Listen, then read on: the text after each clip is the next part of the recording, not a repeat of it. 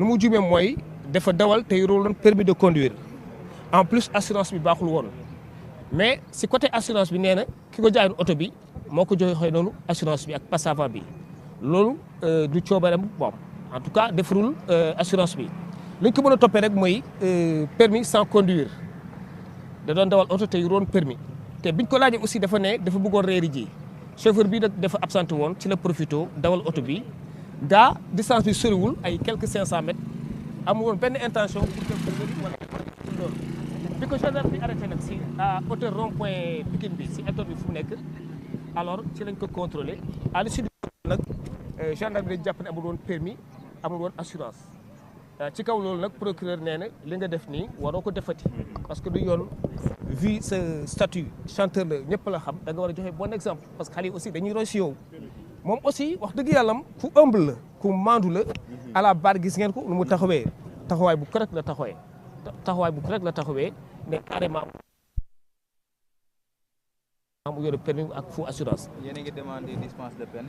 waaw effectivement ci kaw loolu procureur dafa laaj que ne moom dafa sakku yoon appliqué wu yoon def liggéeyam bon ñun nag bi ñuy jëlee parole dañ ne yoon moom dina def liggéeyam te yaakaar nañ ne yoon et en application d'une bonne politique pénale ci yi ni mel dafa war a joxe benn décision bu clémente dans la mesure où Sidi moomu ñuy topp dawal sans permis ak yore faux assurance moom amul woon benn coobare amul woon benn intention dawal oto te assurance yi baaxul permis bi moom reconnaître na ko nekk du amati bu jógee si li incha allah rabi dina ut permis te maa ngi bëggoon préciser si kii bi si assurance bi dañ ne faux la mais waa ji ko jaay oto bi noonu la ko joxee donc xamul woon faux la man sax à la barre laaj naa ko est ce que Sidi boo xamoon ne faux la di nga ko jël mu ne ma non du ko jël ma ne ko encore est ce que boo xamoon ne faux la gendarme bi bu la laajee kayit yi est ce que di ko présenter mu ne ma non mais mieux encore gendarme bi si boppam nee na Sidi vraiment ku modeste la dafa wàccee boppam parce que contrôle routine bi bu amee mais mënoon ne moom artiste la voilà mettre en avant quel type artiste doog a joxe papier mais defu ko comme ñëpp dafa joxe papier yi te à la barre vraiment macha allah dafa am taxawaay bu rafet bu baadu bu correct nee na ci kaw loolu nañ ko jéggal du amati incha allah rabi. waaw permis boobu dañ ko joxoon Gambie lañ ko defaree permis boobu may na ko aussi mu dawal oto fu mu ko neex mais vous savez aussi fii dafa am législation boo xamante ni c'est très particulier dafa am ay conditions yoo xamante ni permis noonu nga ko war a yoree pour mën a dawal ici au Sénégal de toutes les façons soriwuñ si point boobu ce qui est constant c'est que amul woon permis parce que permis Sénégal fii gendarme bi moom lañ ko laajoon mais du moment amu ko dañuy jàpp ne conduite sans permis encore que une fois permis bi muy wax nekkul woon ci moom dafa ne permis bi dafa amoon ku ko sàcc dañ ko sàcc ci kaw loolu aussi même dawal na oto bi sans permis biñ ko arrêté aussi carrément bu doon permis te assurance bi biñ ko laajee gendarmerie nee na assurance bi baax par le sieur Sidi Diop que j'ai défendu. Alors nous étions 5 avocats à l'avoir défendu aujourd'hui.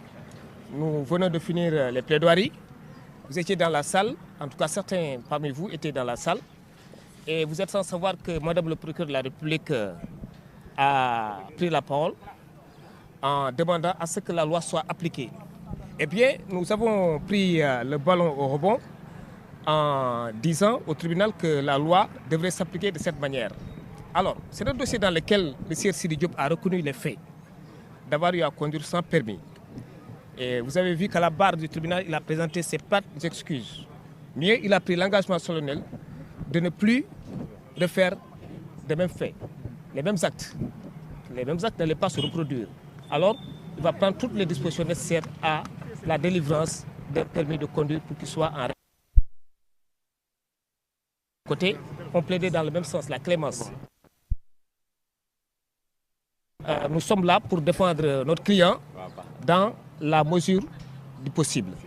Ce qui est possible aujourd'hui, c'est qu'une application bien faite de la loi devrait se faire quand même. Reconnu les faits, il a présenté ses plates excuses, étant entendu que c'était un délinquant primaire quand même très convaincant. Dans la mesure où Sidi Diop a fait preuve d'humilité. Un des enquêteurs m'a confié que le sieur Sidi Diop est une personne très humble. Dans la mesure, lorsqu'il a procédé à son arrestation, il n'a pas eu à se présenter ou à mettre en avant sa qualité d'artiste, connu et reconnu, mais tout simplement, il a eu à présenter plutôt les pièces afférentes à la circulation du véhicule. Alors, parmi lesquelles pièces, il y avait une assurance, une police d'assurance quand même, qui n'était pas la bonne. C'était une fausse police d'assurance, mais on lui a délivré cette police.